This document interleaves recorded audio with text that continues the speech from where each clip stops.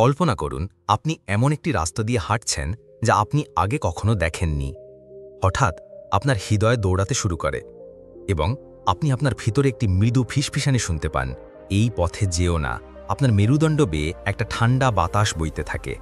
তারপর কিছুক্ষণ পরে অপ্রত্যাশিত কিছু ঘটে। এটা কি কেবল কাকতালীয় ঘটনা, নাকি কোনো রহস্যময় অভ্যন্তরীণ শক্তি আপনাকে আগে থেকেই সতর্ক করেছিল?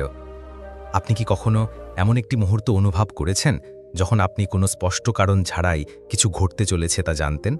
উদাহরণস্বরূপ, হঠাৎ আপনার মনে কোনো পুরনো বন্ধুর কথা আসে এবং খুব শীঘ্রই আপনি তাদের কাছ থেকে একটি ফোন পান, অথবা সম্ভবত হঠাৎ একটি অব্যক্ত ভয় আপনাকে আঁকড়ে ধরে এবং কিছুক্ষণ পরেই আশ্চর্যজনক কিছু ঘটে। পরমহংস যোগানন্দ শিখিয়েছিলেন যে অন্তর্দৃষ্টি, যাকে তিনি বুদ্ধি বলেছিলেন, তা হল আত্মার ভাষা। এটি আমাদের বিপদ এবং সুযোগ উভয়ের প্রতি সতর্ক করে। কিন্তু আসল প্রশ্ন হল, আমরা কি এই অন্তর্দৃষ্টিকে জাগ্রত করতে পারি? আমরা কি এটিকে শক্তিশালী করতে পারি? যদি হ্যাঁ, তাহলে কিভাবে? এই রহস্যগুলি আমরা এখানে অন্বেষণ করব, তাই শেষ পর্যন্ত লেগে থাকুন। অন্তর্দৃষ্টি আসলে কি? অন্তর্দৃষ্টি কেবল আরেকটি মানসিক দক্ষতা নয়, এটি আত্মার গভীর চেতনা দ্বারা জাগ্রত একটি ঐশ্বরিক শক্তি। যোগানন্দ এই বুদ্ধিকে আত্মার অনন্য ভাষা হিসেবে বর্ণনা করেছেন। যখন একটি মানুষ গভীর ধ্যানে ডুব দেয় এবং বাইরের জগতের বিশৃঙ্খলা থেকে বেরিয়ে এসে এবং অভ্যন্তরীণ স্থিরতা খুঁজে পায়, তাদের বুদ্ধি জাগ্রত হতে শুরু করে।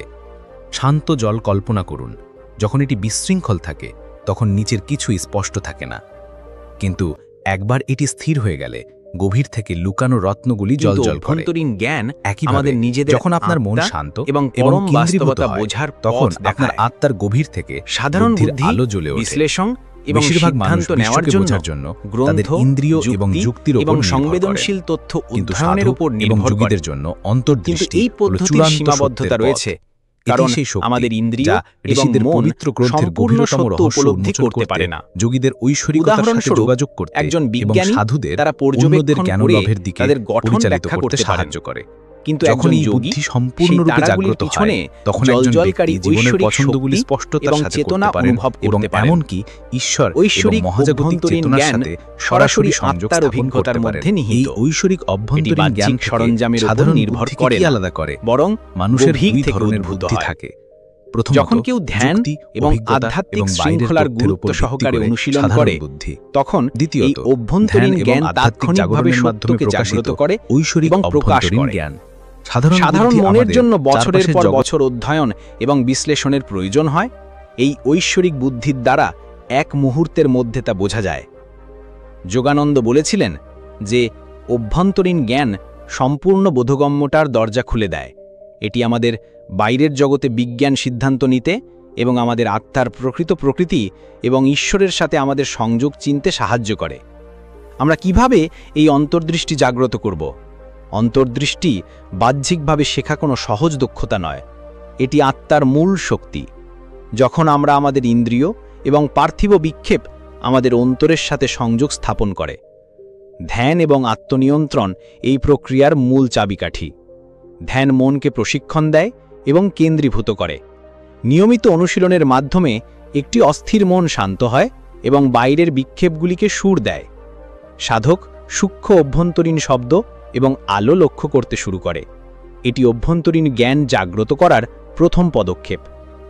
যোগানন্দ বলেছিলেন যে প্রকৃত জ্ঞান ভেতর থেকে আসে এবং ধ্যান হল এটি অ্যাক্সেস করার উপায়। যখন মন পুরোপুরি স্থির থাকে, তখন আত্মার ঐশ্বরিক দৃষ্টি উন্মুক্ত হয়, যা সাধককে বাহ্যিক প্রমাণের উপর নির্ভর না করে সত্যকে উপলব্ধি করতে দেয়। আত্মনিয়ন্ত্রণ মানে আপনার ইন্দ্রিয় এবং চিন্তাভাবনা পরিচালনা করা। যদি কেউ বাইরের বিষয়ে শক্তি অপচয় করে, তবে তাদের মন সূক্ষ্ম অভ্যন্তরীণ জ্ঞানকে স্থিতিশীল বা শোষণ করতে পারে না। ধ্যানের পাশাপাশি খাদ্য, বক্তৃতা, আচরণ এবং চিন্তাভাবনা নিয়ন্ত্রণ করা অভ্যন্তরীণ শক্তি সংগ্রহ করতে এবং আধ্যাত্মিক সচেতনতা জাগ্রত করতে সাহায্য করে। যোগানন্দের মতে, আত্মনিয়ন্ত্রণ মাইস্টারকারী ব্যক্তি তার নিজের আত্মার কণ্ঠস্বর শুনতে পারেন। এই জাগরণের জন্য ক্রমাগত ধ্যান অনুশীলন অপরিহার্য। যখন ধ্যান দৈনন্দিন রুটিনে পরিণত হয় এবং আত্মনিয়ন্ত্রণ অনুসরণ করা হয়, তখন কেউ তার আত্মার গভীরে ডুব দিতে পারে এবং চূড়ান্ত জ্ঞান অনুভব করতে পারে। এটি নয় শুধুমাত্র জ্ঞানই পার্থিব সিদ্ধান্ত গ্রহণে সাহায্য করে, বরং ঈশ্বরকে অনুভব করার প্রবেশদ্বার হিসাবেও কাজ করে। 7টি লক্ষণ প্রকাশ করে যখন আধ্যাত্মিক অন্তর্দৃষ্টি অত্যন্ত বিকশিত হয়, যখন কেউ অভ্যন্তরীণ জ্ঞানে অগ্রসর হয় এবং গভীরভাবে তার আত্মাকে অনুভব করে, তখন তার ভেতরে কিছু শক্তিশালী পরিবর্তন শুরু হয়। এই পরিবর্তনগুলি মানসিক এবং মনের কিন্তু সামগ্রিক চেতনাকে একটি নতুন স্তরে নিয়ে যায়। যোগানন্দ 7টি গুরুত্বপূর্ণ বৈশিষ্ট্যের রূপরেখা দিয়েছেন, যা দেখায় যে কখন কারোর অন্তর্দৃষ্টি উচ্চতর আধ্যাত্মিক স্তরে পৌঁছেছে। প্রথম লক্ষণ হল সত্য জ্ঞানের জাগরণ। যখন অভ্যন্তরীণ জ্ঞান সম্পূর্ণরূপে প্রস্ফুটিত হয়, তখন একজন ব্যক্তি জটিল বিষয়গুলি বোঝার জন্য কোনো বাহ্যিক প্রমাণ বা ব্যাখ্যা ছাড়াই চূড়ান্ত সত্য উপলব্ধি করতে শুরু করে। তাদের আর দীর্ঘ বিশ্লেষণের প্রয়োজন হয় না, কারণ জ্ঞান স্বতঃস্ফূর্তভাবে ভেতর থেকে উদ্ভূত হয়। প্রায়শই তারা ভবিষ্যতের ঘটনাগুলিও অনুভব করতে পারে। এটি কেবল কল্পনা নয়, বরং প্রকৃত আত্মাভিত্তিক জ্ঞান, যা তাদের সঠিক পথে পরিচালিত করে। দ্বিতীয় লক্ষণ হল মন এবং হৃদয় অবিরাম শান্তি। এটি গভীর প্রশান্তি এবং সুখের অভিজ্ঞতা। সাধারণ মন বাহ্যিক উত্থান পতনের সাথে ওঠানামা করে, কিন্তু যাদের অভ্যন্তরীণ জ্ঞান জাগ্রত হয়, তারা যে কোনো পরিস্থিতিতে স্থির থাকে। ভিতরে এমন একটি আনন্দ প্রবাহিত হয় যা বাইরের ওপর নির্ভরশীল নয়, পরিস্থিতির দ্বারা বিঘ্নিত হতে পারে না। তৃতীয় লক্ষণ হল ঈশ্বরের সাথে একত্বের অভিজ্ঞতা, যা দেখায় যে অভ্যন্তরীণ জ্ঞান তার সর্বোচ্চ প্রকাশে পৌঁছেছে। আধ্যাত্মিক জাগরণের এই পর্যায়ে একজন ব্যক্তি আর কেবল শরীর এবং মনের মধ্যে তাদের পরিচয় সীমাবদ্ধ রাখেন না, পরিবর্তে তারা আরও গভীর কিছু উপলব্ধি করতে শুরু করেন। একটি গভীর অভিজ্ঞতা যা প্রকাশ করে যে তারা কেবল 5টি মৌলিক উপাদান দ্বারা গঠিত শারীরিক সত্তা নন, বরং তারা নিজেদেরকে ঐশ্বরিকতার একটি অবিচ্ছেদ্য অংশ, ঈশ্বরের একটি স্ফুলিঙ্গ হিসাবে দেখতে পান। এই উপলব্ধি তাদের অস্তিত্ব উপলব্ধি করার উপায়কে রূপান্তরিত করে। অন্বেষণকারীর চেতনা বস্তুজগতের বাইরে প্রসারিত হয়, এবং এই উন্নত অবস্থায় তারা এমন বার্তাও পেতে শুরু করতে পারে যা সত্যিকার অর্থেই ঐশ্বরিক বলে মনে হয়। উচ্চতর শক্তি বা সর্বজনীন বুদ্ধিমত্তার যোগাযোগ তাদের পথ নির্দেশ করে। এই অভ্যন্তরীণ জ্ঞান বিকাশের একটি স্পষ্ট লক্ষণ হল ব্যক্তির দ্বিধা ছাড়াই সঠিক নির্দেশনা নেওয়ার ক্ষমতা। সাধারণ সিদ্ধান্ত গ্রহণ প্রায়শই যুক্তি, ব্যক্তিগত অভিজ্ঞতা এবং অন্যদের পরামর্শের উপর নির্ভর করে, যা কখনো কখনো বিভ্রান্তি বা দ্বিধাগ্রস্ততার দিকে নিয়ে যেতে পারে। কিন্তু যার অভ্যন্তরীণ জ্ঞান জাগ্রত হয়, তার জন্য এগিয়ে যাওয়ার পথ স্পষ্ট হয়ে ওঠে, প্রায় অনায়াসে। আর কোনো সংগ্রাম বা দ্বিধা নেই, কারণ আত্মার কণ্ঠস্বর, গভীর স্বজ্ঞাত জ্ঞান, স্পষ্ট এবং স্পষ্টভাবে কথা বলে। এই স্পষ্টতা তাদের জীবনের চ্যালেঞ্জগুলিকে আত্মবিশ্বাসের সাথে মোকাবিলা করতে সাহায্য করে। তাদের অভ্যন্তরীণ নির্দেশনায় বিশ্বাস করে যে তাদের সর্বোচ্চ মঙ্গলের জন্য কি সত্যিকার অর্থে সঠিক এবং কি সর্বোত্তম। এই আধ্যাত্মিক বিকাশের আরেকটি উল্লেখযোগ্য লক্ষণ হল ভবিষ্যতের ঘটনা সম্পর্কে ক্রমবর্ধমান সচেতনতা। যারা এই স্তরের অভ্যন্তরীণ জ্ঞান অর্জন করেছেন, তারা প্রায়শই নিজেকে এখনও কি হতে চলেছে তা অনুভব করতে বা দেখতে পান। এটি অনুমান বা মানসিক অনুমান নয়, এটি আত্মার গভীর অভিজ্ঞতা থেকে উদ্ভূত একটি ডাইরেক্ট অন্তর্দৃষ্টি। যখন মন আধ্যাত্মিক প্রশিক্ষণের মাধ্যমে শুদ্ধ এবং স্থির হয়ে ওঠে, তখন ঐশ্বরিক করুণা সাধককে আসন্ন ঘটনাগুলি আশ্চর্যজনক নির্ভুলতার সাথে উপলব্ধি করতে সক্ষম করে।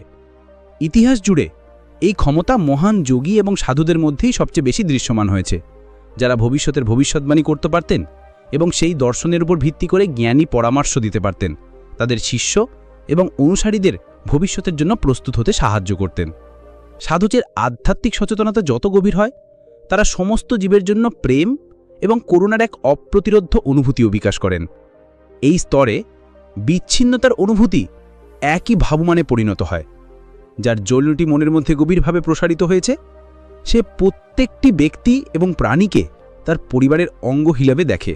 নিজের এবং অন্যদের মধ্যেকার সম্পর্ক ম্লান হয়ে যায়। সাধক আর ছোট বিচ্ছিন্ন চোখ দিয়ে নিজেকে আলাদা করে না, বরং সমগ্র মহাবিশ্বের সাথে এক অনস্বীকার্য সংযোগ অনুভব করে। তারা স্ফটিক স্পষ্টতার সাথে বুঝতে পারে যে প্রতিটি জীবন্ত আত্মা একই পবিত্র উৎস থেকে উদ্ভূত ঐশ্বরিক সমগ্রের একটি অংশ। এই উপলব্ধি ঘৃণা, ঈর্ষা বা বিদ্বেষের যে কোনো চিহ্ন মুছে ফেলে। পরিবর্তে তাদের হৃদয়ে সকল প্রাণীর জন্য নিঃস্বার্থ ভালোবাসা এবং করুণায় উপচে পড়ে, তা সে যত বড় বা ছোটই হোক না কেন। এই সর্বজনীন করুণা তাদের জীবনে একটি চালিকা শক্তি হয়ে ওঠে, যা তাদেরকে বৈষম্য বা ব্যতিক্রম ছাড়া প্রতিটি প্রাণীর জন্য মঙ্গল কামনা করতে অনুপ্রাণিত করে। আরেকটি গুরুত্বপূর্ণ লক্ষণ হল নীরবতা এবং ধ্যানের প্রতি প্রাকৃতিক আকর্ষণ। যখন অভ্যন্তরীণ জ্ঞান জাগ্রত হতে শুরু করে, তখন একজন ব্যক্তি দৈনন্দিন জীবনের কোলাহল এবং বিক্ষেপের বাইরে ভিতরের শান্ত মুহূর্তগুলির জন্য একটি নতুন উপলব্ধি খুঁজে পায়। ধ্যান কেবল একটি অনুশীলন বা কাজ বলে মনে হওয়া বন্ধ করে দেয় এবং তাদের আত্মার প্রকাশের প্রকৃতিতে পরিণত হয়। প্রতিদিন মাত্র কয়েক মিনিটের জন্য কিছু করার পরিবর্তে ধ্যান একটি অবিচ্ছিন্ন জীবন্ত অভিজ্ঞতায় বিকশিত হয়, একটি প্রবাহমান সত্তার অবস্থা যা তাদের সারাদিন ধরে টিকিয়ে রাখে। অভ্যন্তরীণ নীরবতার এই গভীর উপভোগ প্রতিফলিত করে সাধকের চেতনা আধ্যাত্মিক জগতের দিকে স্থানান্তরিত হওয়ার সাথে সাথে তার ভেতরে গভীর রূপান্তর ঘটে। এই 7টি বৈশিষ্ট্য, গভীর আত্ম উপলব্ধি, অনায়াসে সিদ্ধান্ত গ্রহণ, দূরদর্শিতা, সর্বজনীন প্রেম এবং ধ্যানের প্রতি গভীর অনুরাগ একত্রিত করে আমাদের দেখায় যে আধ্যাত্মিক অভ্যন্তরীণ জ্ঞান কেবল একটি বৌদ্ধিক অর্জন নয়, বরং উচ্চতর অস্তিত্বের একটি সম্পূর্ণ মূর্ত প্রতীক। যখন একজন ব্যক্তি এই অবস্থানে পৌঁছান, তখন তাদের চেতনা জাগতিক আসক্তি এবং সীমাবদ্ধতার ঊর্ধ্বে উঠে যায়।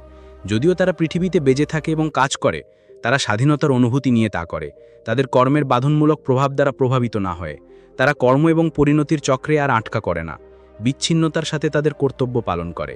তাদের সমগ্র জীবন ঐশ্বরিক শান্তি, আনন্দ এবং ঈশ্বরের সাথে একতার জীবন্ত অভিজ্ঞতায় পরিণত হয়।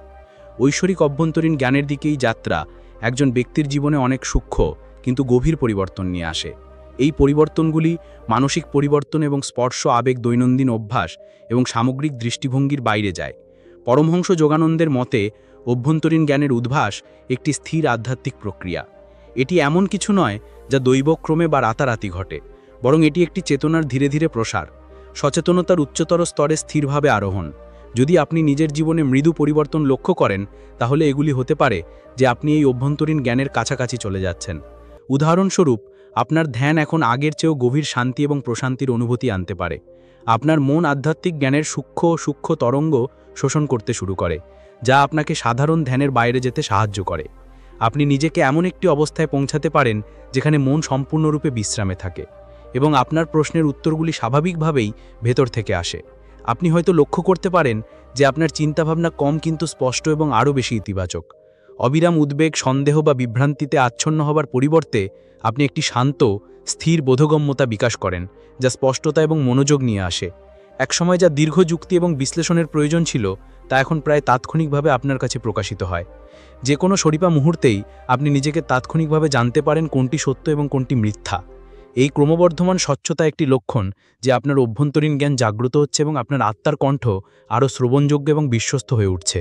আরেকটি স্পষ্ট লক্ষণ হলো যে সত্য গ্রহণ করার জন্য আপনার আর বাহ্যিক প্রমাণের প্রয়োজন নেই। পরিবর্তে আপনি আপনার অভ্যন্তরীণ অভিজ্ঞতা এবং অন্তর্দৃষ্টির ওপর আরও বেশি বিশ্বাস স্থাপন করতে শুরু করেন।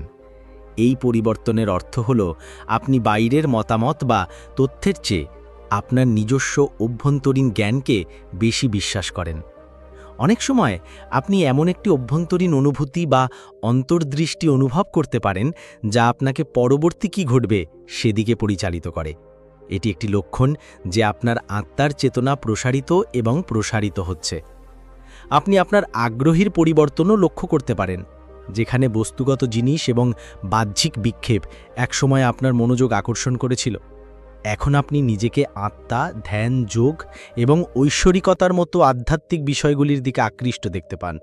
আপনি আত্মপ্রতিফলন এবং আত্মা এবং সদেনার মতো আধ্যাত্মিক অনুশীলনে আরও বেশি সময় ব্যয় করতে উপভোগ করেন। অবশেষে সামাজিক অনুষ্ঠান বা বিনোদনের আকাঙ্ক্ষার পরিবর্তে আপনি শান্ত নির্জনতা, ধ্যান এবং প্রকৃতির সাথে সংযোগ স্থাপন করতে শুরু করেন। এই পরিবর্তন ইঙ্গিত দেয় যে আপনার চেতনা সূক্ষ্ম আরও আধ্যাত্মিক জগতের দিকে এগিয়ে চলেছে। যদি আপনি নিজের মধ্যে এই পরিবর্তনগুলি চিনতে পারেন, তবে এটি একটি স্পষ্ট ইঙ্গিত যে আপনি গভীর অভ্যন্তরীণ জ্ঞানের পথে আছেন। এটি একটি পবিত্র এবং ঐশ্বরিক প্রক্রিয়া যা ধীরে ধীরে আপনাকে ঈশ্বর এবং আত্ম উপলব্ধির দিকে নিয়ে যায়। পরমহংস যোগানন্দ আমাদের মনে করিয়ে দেন যে প্রকৃত নির্দেশনা এবং নিয়মিত ধ্যান এই জাগরণের জন্য অপরিহার্য। অভ্যন্তরীণ জ্ঞান কিছু লোককে দেওয়া বিরল উপহার নয়, বরং প্রতিটি আত্মার জন্মগত অধিকার। তবে এই শক্তি ততক্ষণ পর্যন্ত লুকিয়ে থাকে যতক্ষণ না আমরা সচেতনভাবে আধ্যাত্মিক অনুশীলন এবং ভক্তির মাধ্যমে এটি বিকাশের জন্য কাজ করি। শরীরকে শক্তিশালী এবং সুস্থ রাখার জন্য নিয়মিত ব্যায়াম যেমন অপরিহার্য, তেমনি আমাদের ভিতরের জ্ঞান জাগ্রত করার জন্য ধ্যান এবং আত্মশিথরণ অত্যন্ত গুরুত্বপূর্ণ।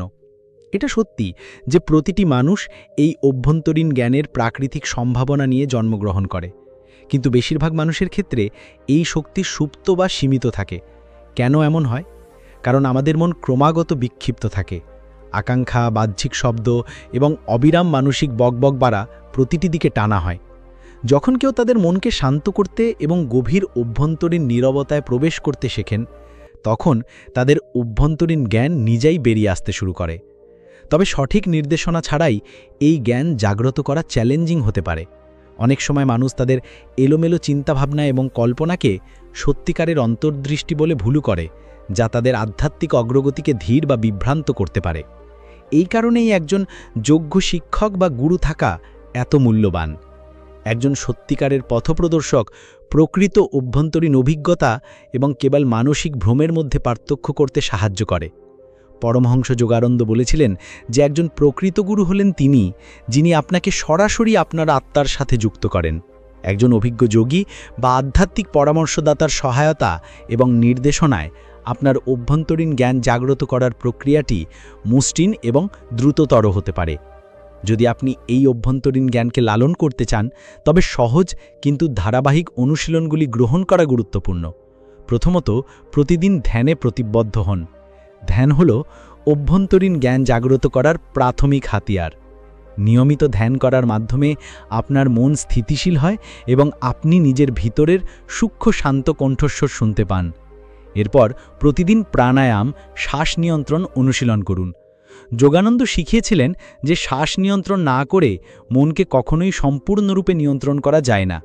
যখন আপনি প্রাণায়াম অনুশীলনের মাধ্যমে আপনার শ্বাস-প্রশ্বাস নিয়ন্ত্রণ করেন, তখন আপনার মনস্তাত্ত্বিক অবস্থা স্বাভাবিকভাবে শান্ত হয় এবং অভ্যন্তরীণ জ্ঞান অনায়াসে প্রস্ফুটিত হতে শুরু করে। আরেকটি গুরুত্বপূর্ণ অনুশীলন হল নিয়মিত আত্মপ্রতিফলন বা আত্মপরীক্ষা। অতিরিক্ত কথা বলা, অতিরিক্ত চিন্তা করা এবং বহির্বিশ্বের প্রতি ক্রমাগত প্রতিক্রিয়া দেখানো আপনার অভ্যন্তরীণ জ্ঞানের শক্তিকে নিঃশেষ করে দেয়। যদি আপনি সততা এবং যত্ন সহকারে আপনার নিজস্ব চিন্তাভাবনা এবং আচরণ পর্যবেক্ষণ করার জন্য নিয়মিত সময় আলাদা করেন, তাহলে আপনার সংযোগ তোমার ভেতরের কণ্ঠস্বর আরও শক্তিশালী ও স্পষ্ট হবে। উপরন্তু পবিত্রতা ও ভারসাম্যের উপর ভিত্তি করে একটি সাত্ত্বিক জীবনযাপন করা অপরিহার্য। এর অর্থ হল তোমার ইন্দ্রিয়গুলিকে নিয়ন্ত্রণ করা, একটি পরিষ্কার এবং স্বাস্থ্যকর খাদ্য গ্রহণ করা, বিশুদ্ধ এবং ইতিবাচক চিন্তাভাবনা গড়ে তোলা এবং একটি সুশৃঙ্খল জীবনযাপন করা। যখন তোমার মন এবং শরীর সাত্ত্বিক অভ্যেস দ্বারা পুষ্ট হয়, তখন তোমার মানসিক শক্তি নষ্ট হওয়ার পরিবর্তে সংরক্ষিত হয়, যার ফলে তোমার আধ্যাত্মিক অনুশীলনে মনোনিবেশ করা এবং গভীর করা অনেক সহজ হয়। মনে রাখবেন, তুমি কতটা অভ্যন্তরীণ জ্ঞান বিকাশ করতে পারো তার কোনো সীমা নেই। এটি অসীম।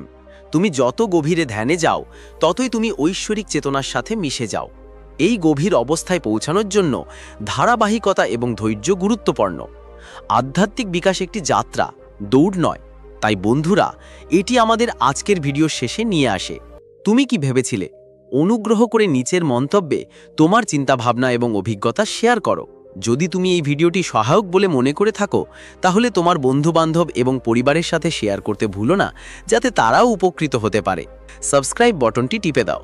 দেখার জন্য ধন্যবাদ এবং আমরা পরবর্তী গল্পে দেখা করব।